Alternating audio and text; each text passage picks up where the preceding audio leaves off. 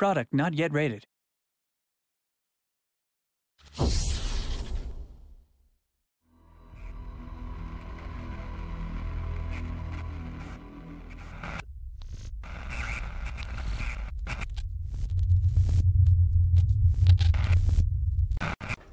Hi guys, my name is Ragnar Tornquist. I'm the Senior Producer and Creative Director of The Secret World. Today we're going to be showing off a bunch of new stuff, including the Dragon new player experience, some cool new features, including achievements and lore. We're going to start with character creation, and as we see right here, we have the first screen in character creation, where you select your faction. Previously we've seen footage from Illuminati startup experience in New York City. We've seen the Templars in London. But today the focus is on the dragon, and we're going to create a dragon character right now and take a little bit of a look at our character creation. Contains what you expect the character creation to contain. So let's cycle through some of the heads here. These are the base heads. These are heads you can use as a starting point for creating your own head. We'll have a lot more variety at launch, of course. You can also vary the skin color, so let's go with this one. Looks pretty nice. Then we can change the eyes in order to modify the face a bit. Change the eye color as well. Maybe go with green. Green is always good. Change the noses. Again, we're going to have a bigger selection of this at launch. I think we'll go with the first one there. Looks good. The lips we can change. And then finally the jawline we can modify. Right there, that looks good. Okay, let's jump over to the hair style section. So here we have a bunch of different hairstyles available for your character. Anything from punk to not punk and girl next door. Let's go with something boyish. That looks sexy, so let's choose that. Facial hair color, we can do the eyebrows, get those red as well. And then finally, makeup. There will be a lot of different makeup available. We have one extreme example here. Let's just go au naturel and look plain and simple instead. Alright, so for the clothing, we'll have a good selection of clothing available in character creation, but most of the clothes players will earn in the game through completing dungeons, decks, rewards of various kinds. And they can also buy clothes in a clothing store in London using in-game currency. So we have a variety of items here, but let's go with just this top. For the legs, we have some camo pants and some hot pants as well. But I think we'll go with jeans. They look good. And then finally the shoes. Some boots and sneakers, but I think the red sneakers look best. Let's use those. And then finally we can do some character size adjustments. I think we'll stick with the middle on that one. Alright, finally, you'll be able to create your name. Since this is a game set in the in the real world, you'll be able to have a first name and a last name and a nickname. And in this case, we've appropriately chosen Dolly as the nickname. All right, let's jump into Soul. And I'll let Joel Bylas, who's the lead content designer, talk a little bit about the Dragon startup experience. All right, today we're going to be walking you through the new player experience in Soul. As with everything to do with the Dragon, this is all about chaos, and so now the player has to kind of find their way and see what they can find or who they can find to lead them further on into the city. And almost immediately we encounter this strange child in a raincoat. And you can hear that there's some strange noises. And with the hub cities, each players will be able to experience social interaction in the hubs. These are all about being the social areas of the game. So in these places you have the auction house, you have the bank, you have fight clubs, you have dance clubs, you have theatres, you have all of these activities for players to take part in, as well as each faction having their own headquarters in the hub. And yeah, we really tried to recreate the feel of these locations in the world. So you have, London feels like London, New York feels like Brooklyn, and Seoul feels like Seoul. And if you've ever been there, I'm sure you'll agree. So as you can see ahead, we have a boutique hotel, which is one of the very important locations in Seoul. And this all ties into the sort of story mission. As the players play, they'll be repeatedly coming back to these locations to find out more information about what's happening in the secret world. And as you enter this place, you'll see on the right there's a karaoke bar. The karaoke bar is, again, a place where players actually pick up missions through hearing songs sung by the karaoke singers, which is pretty cool. So we're going to follow the child, the weird child, up the staircase and see where the child is leading us into the heart of chaos.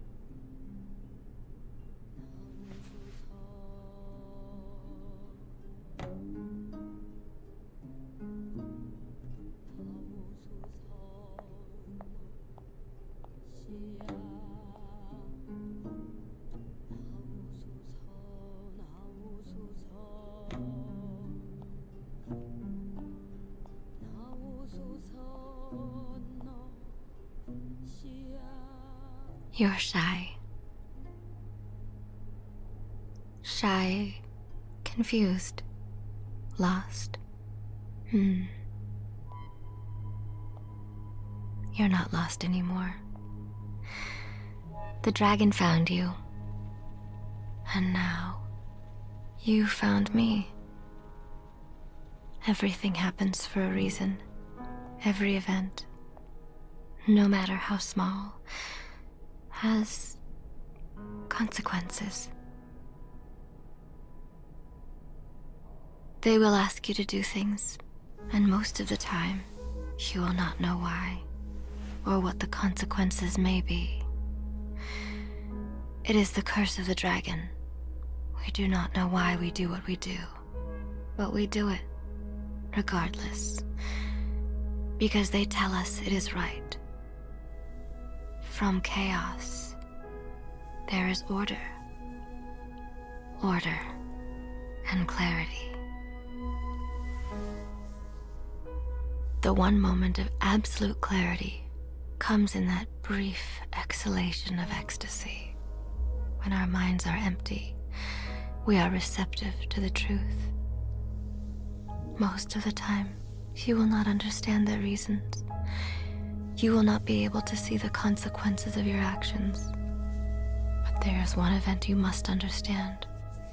One truth. It's my job to help you see it.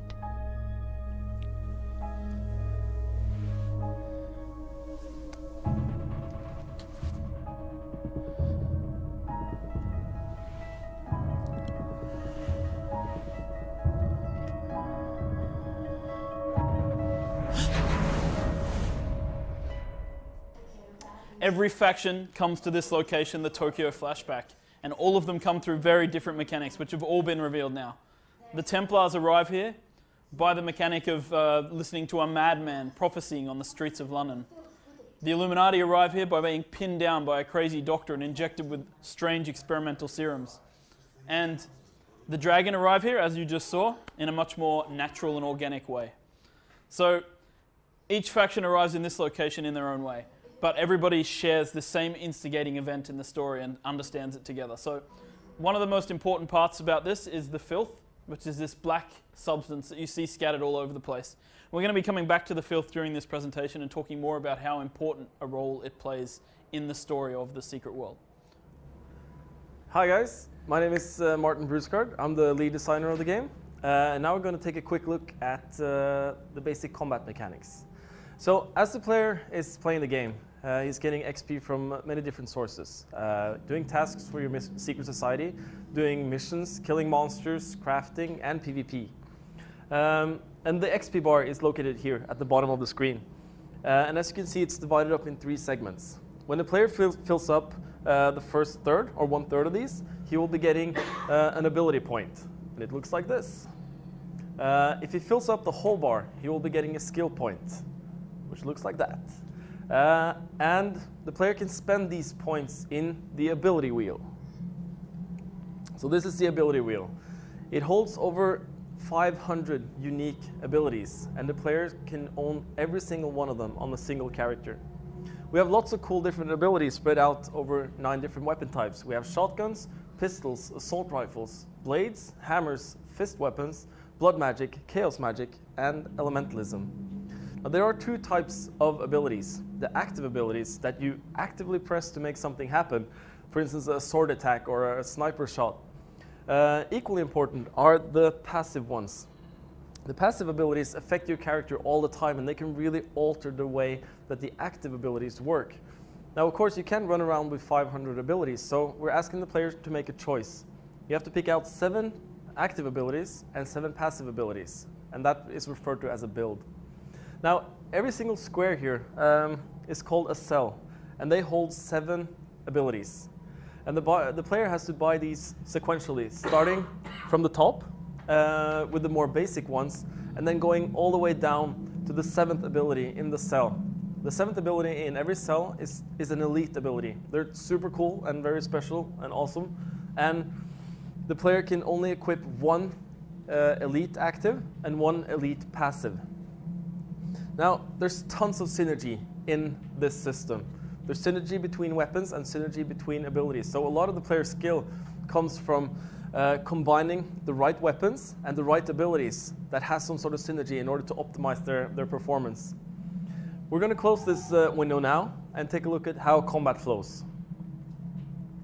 So here we have a character wielding an assault rifle and a shotgun. Every weapon in the secret world has a resource, and you build resources either on yourself or you build resources on the target. Now, both shotgun and assault rifle builds resources on the target, and you can see these tiny pips above the monster's head. You put those resources on there through abilities referred to as builders, but you can consume those resources with consuming abilities for extra damage or some cool effects like healing or crowd control, lots of different cool things. So you build resources and you consume resources. Now, every weapon brings something unique to the fight. You can play as a damage dealer with any weapon, but they also have a secondary role. For instance, assault rifle has leeching abilities. A leech ability lets the player get back in health a percentage of their damage output. It's really nice for dealing damage and a little bit of healing as well.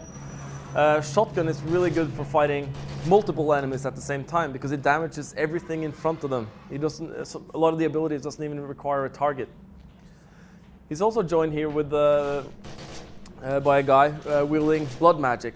And blood magic is really good for applying damage over time, dots, but also these protective barriers that will absorb damage. You'll also notice that the player can move and fight at the same time. And moving and fighting at the same time is really important in the secret world because there are a lot of bad things that you can avoid by moving, reading the monster's animations and caring about your surrounding, basically. So as these guys are approaching this huge temple, a big boss appears. And this is a nice opportunity to showcase one of the important features of the secret world. We don't have any classes. You're never locked down to a playstyle. And right now, the character is playing a ranged damage dealer, but we need somebody who can tank this guy. So we need abilities that lets you hold aggro and also soak up a lot of damage. So we can do that through the gear manager. Here in the gear manager, we've already pre-made a build with hammer and sword abilities. And we can click the little eye here to see what weapon it holds, the gear, and the abilities. So with a click of a button, we can go from being a ranged damage dealer to a melee tank-like character, just like that. And this is a really, really important part of the secret world, not being locked down, adapting to your surroundings. All right, so as I mentioned earlier, filth is a very important part of our story. And as players have been exploring Solomon Island and the Blue Mountain, they've stumbled across signs of the filth. In this case, they're coming upon an abandoned CDC encampment. And the CDC were here looking into the filth before the disaster occurred on Solomon Island. So the players need to use this opportunity to find out more. And what better way to find out than by talking to Mariana Chen, the sole survivor of the CDC group that was sent out here. So we're going to jump into a conversation with Mariana Chen, who will tell us a little more about the filth. Hey, halt! No closer. I'm getting some weird readings. You might be infected. Everyone here might be infected. I'm with the CDC. I represent the government, so you have to listen to me. This is a quarantined area, and I have authority here. That's why I'm wearing the suit. That's what the suit means. It means the fecal matter has hit the fan, and we're staring Phase 7 dead in the eye. Frankly, if it didn't violate protocol, I could really use a hug. I feel very vulnerable, especially after the others were exposed. Terminally. They expired. Died. They died. Horribly. Cursing, screaming, gasping, vomiting, clawing their own eyes out. It was icky. And then, when it's finally over and they're all dead, you think, hey, that sucked, but it's done. They're gone. We can deal with that. But oh no. Rising from the dead, shambling ghouls, glowing eyes, tentacles, black slime. Not even your standard government-grade Category Z reanimated corpses. This is brand new, terrifying. Run for the hills terrifying. Despite all that training, you just want to skedaddle. It started down in that bog, just before the fog came. We'd been shipped in to support the Irachi group, not the other way around. I thought with the Democrat in office, we were past these kinds of dodgy arrangements. But I guess absolute power corrupts regardless. And absolutely. Just like this Category A agent, the filth. It corrupts absolutely. Body and soul. Yeah, the filth. That's what they call it, for real. How the hell do you work with a name like that, the filth? You're just asking for it. So if I were you, I'd keep my distance. Safety first. Alright, so in the secret world, characters are not just begging you for help every time you run across somebody in the world. Sometimes they'll tell you a story and they'll tell you to stay away from something.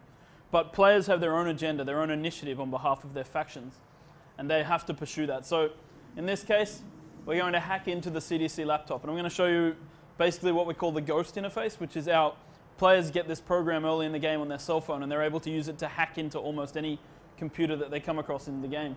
So you can see that it comes up as like a Linux-style terminal interface. You can jump into the field team, for example, and there you have a list of information about the field team and their operations on Solomon Island. And Ghost has actually downloaded a HTML version of this. So when we close the computer interface, if we open our mission journal, the information has been saved in our journal under the show image button here. So when you click that, you get to see the website, the HTML website that Ghost has downloaded. All right, so we're going to move on from here, and we're going to head into the bog to look into the filth a little more, because this is where she said that it started. And on our way, we're going to keep an eye out for members of the CDC group who may have been resurrected as filth entities. All right, so in this location, there's plenty of hazards that the player needs to look out for. First and foremost, you have these shade debases, these creatures that live in the waters of the bog. They will pull you into the water, but the water itself is a hazard because the water has been infected with the filth as well, so it will start stacking on the player, doing additional damage, and dotting the player for a lot of their health. So it's very important to stay out of the water and stay mobile while you fight these guys. So as you can see, we have humans that have also been infected, and these guys are actually wielding weapons, so they haven't forgotten how to use shotguns and pistols and things like that, and they'll be attacking the player as the player goes in. So it's very important that we take these guys down and try to find out what's going on. But we just received our first achievement in the game, and so we're going to open the achievements window now and talk a little bit about the achievement system. So you see the player has got a bunch of achievements. They've received the Got Filth achievement for killing 10 filthy humans. Achievements in the secret world can be used to give out rewards. You will get clothing from doing achievements. You will get items. You will get experience. You will get money. All the achievements in the game give the player rewards for completing them. And we have tons of categories for our achievements: exploration, missions, PvP, regional, dungeons, faction, lore, crafting, and global achievements. So there's plenty of stuff for players to sink their teeth into as they play the game. And the really cool part about the achievements is that they all tie into the story in some way. And if you really listen to what players are saying, what characters are saying as you play the game, you'll learn how to do some of these achievements. There's clues in the dialogue, and there's different things you can find out. Alright, so we're going to move forward, killing these guys, make our way through the swamp, and look for the CDC members as we go.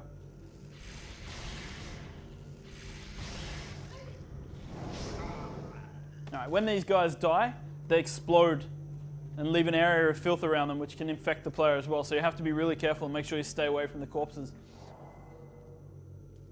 Now this is Mavis Anderson. She's one of the CDC members who has been infected by the filth and come back to life. And so now the player needs to take her down and hopefully find out what she was looking into with the filth before she was infected. So hopefully her research is somewhere nearby.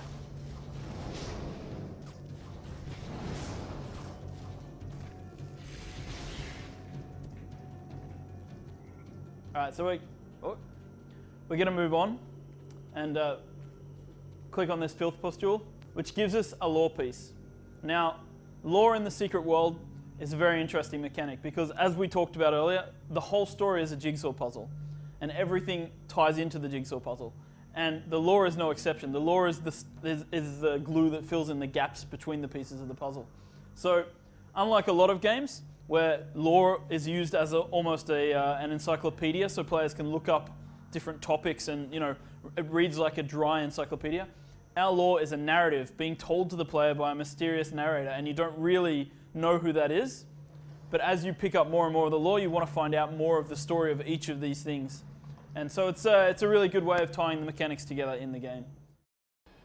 So we're going to be showing one of the locations we have yet to show anything of. This is Transylvania, and we are right in the middle of the beginning area in Transylvania, a burned down Soviet-era village, currently under siege by the Vampire Crusade.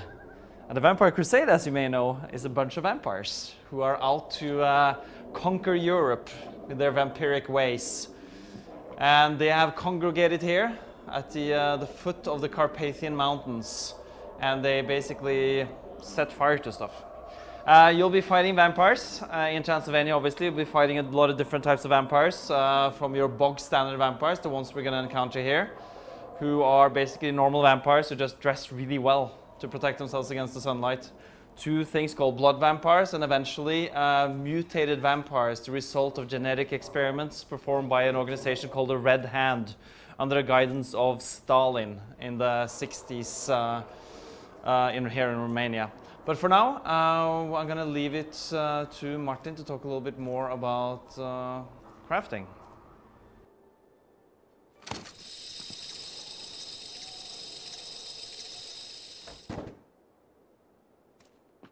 Due to the nature of our ability system, where the players can create thousands and thousands of different combinations of abilities, we really wanted to create a crafting system that can support the players in getting the right items for the right build. If you're focusing on a healing build, you want healing stats on your gear. If you're focusing on getting critical strikes, then you want crit rating on your gear. So our crafting system is called transcribing, and it's basically breaking down items that you find in the game, learning from it, and reassembling it in the item type and the item stats that you want. So right now we're following a character wielding a hammer, and he just looted a hammer. And it's a pretty basic hammer, and we're going to follow the process of increasing the quality level of this hammer, but also adding crit rating and penetration rating to the item, because it's currently using a build that requires, or it's sort of like a crit penetration build. Good stuff happens when he crits or gets penetrating hits. So this is a basic hammer. So we're going to start by breaking it down. And as we do, you can see the materials here. And the materials, they form the shape of a hammer. And this is how our transcribing works. The shape that these materials form actually defines the item type. So you see it's a hammer, and when we're going to reassemble it later, we need to put it back in the shape of a hammer. So now we've gotten some sacred metal from this.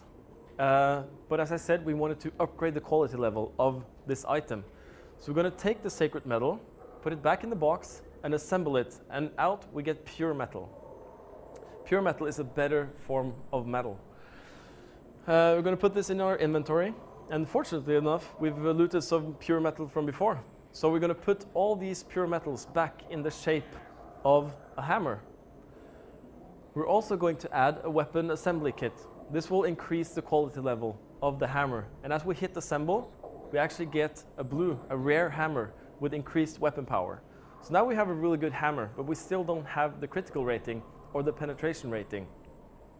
All our items consist of a prefix, a core, and often a suffix. And the players can create these items themselves and combine them. So right now, we want to create a prefix that adds critical rating and penetration rating. So we're adding the materials that adds crit rating, and we're adding the material that gives penetration rating. We're putting it in the shape of a prefix, and we're adding the prefix assembly kit. And as we hit assemble, we get a glyph of ferocity. This is a prefix. We put this in our inventory, and we combine it with the hammer that we made previously, and out comes a fierce hammer. And as you can see, it has critical rating, and it has penetration rating. So as you can see, this is a really nice supporting tool for the players as they play through the game. We're just going to equip this hammer now and engage one of the monsters up here on the rooftop. We really think that the crafting system will be a very important part of the economy in the secret world.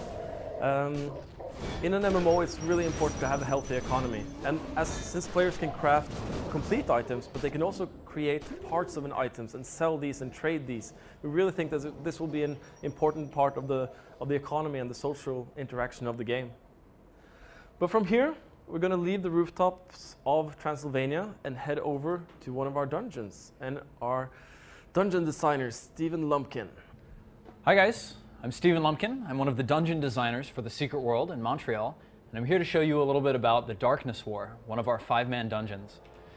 Now, previously in the Secret World, we've talked a little bit about how you'll be doing some time traveling, but we've never been clear on how that works. Well, we're ready to talk about it now. In the Darkness War, you've met a man in New England, a Wabanaki man named Old Joseph, and he has sent the player into a trance that has allowed them to view a vision of New England's history thousands of years ago. And I could tell you all about what happens in the Darkness War, but maybe I'll let Old Joseph give you a little blurb himself. The Norsemen came then upon our shores in longboats, and they brought with them a powerful sword. Together, the Wabanaki and the Vikings were to build a shield around this island that would keep it safe from our enemies, from those who wish to dig into the mountain and unleash the serpent. So the summary of the story of Darkness War is that the Mayans have invaded, but the Vikings and the Wabanaki are resisting them together, joining forces to push back the Mayan invasion. The Mayans are seeking a place of power where they can perform a dark ritual. Now currently I'm situated pretty early in the dungeon, but we're going to take you towards the very end of the dungeon to the last boss fight to show you this encounter.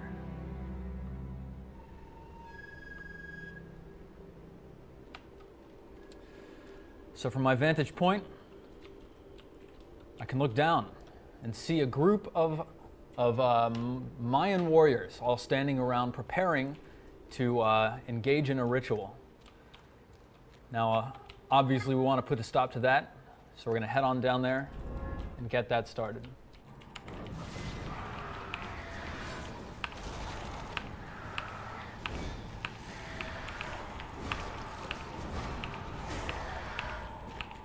Now, as we're killing these Mayans, you can see their spirits fly out of their bodies and down into the pit. This is a mechanic players will have actually seen before in this dungeon. And the previous time they saw it, they saw a powerful creature gaining even more power every time it gained a soul. So there's a little bit of foreshadowing of what might be going on here.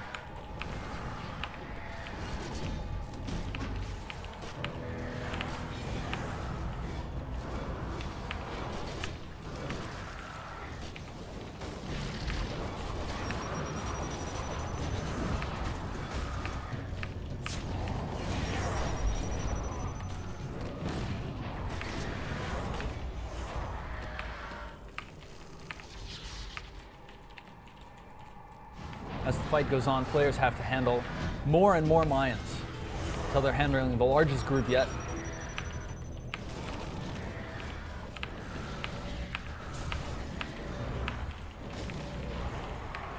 But a good group who've actually seen these creatures in the dungeon before shouldn't have too much trouble taking them out. Now that we've slain all of the Mayans, a nameless beast from beyond the edge of the pit comes and rejoins the fight. The beast is called Wayabzul, the Hound of the Nameless Days.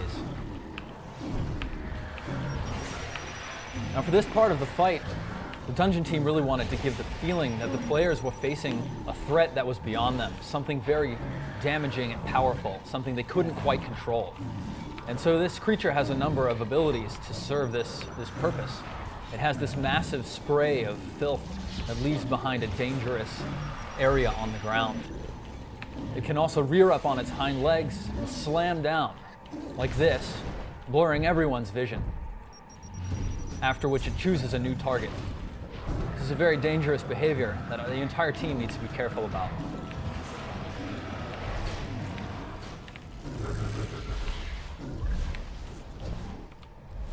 It also has the power to pull uncareful people close to it and then summon powerful magics, creating a blast around itself, damaging everybody nearby.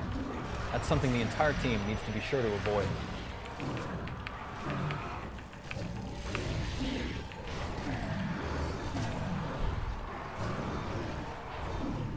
So now that we've dealt a significant portion of damage to him, Wayabzul has decided that he needs a little reinforcement. So he runs to the edge of the pit, and he disappears, leaving us to deal with the resurrected Mayan force. Now whereas before, we had only a few Mayans at a time to deal with, now we have a large number resurrecting all at once. And this is a much bigger threat to the entire group.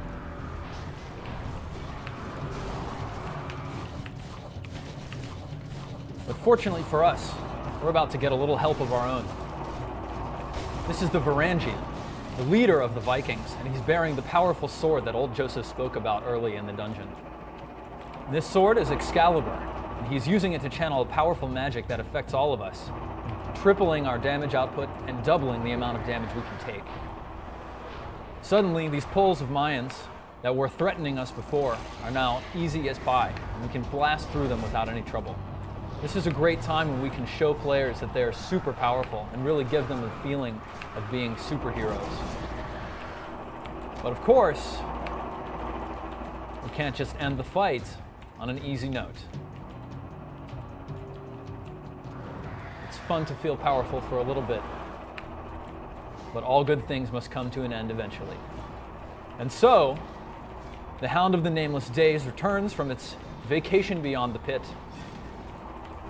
and with it, a malevolent force from beyond this dimensional rift begins focusing down on the Varangian and slowly damaging him over time. And if we don't finish this fight quickly enough, then the Varangian himself will die. Without his powerful magic healing us and keeping us alive, I don't think we'll be able to finish the fight in time.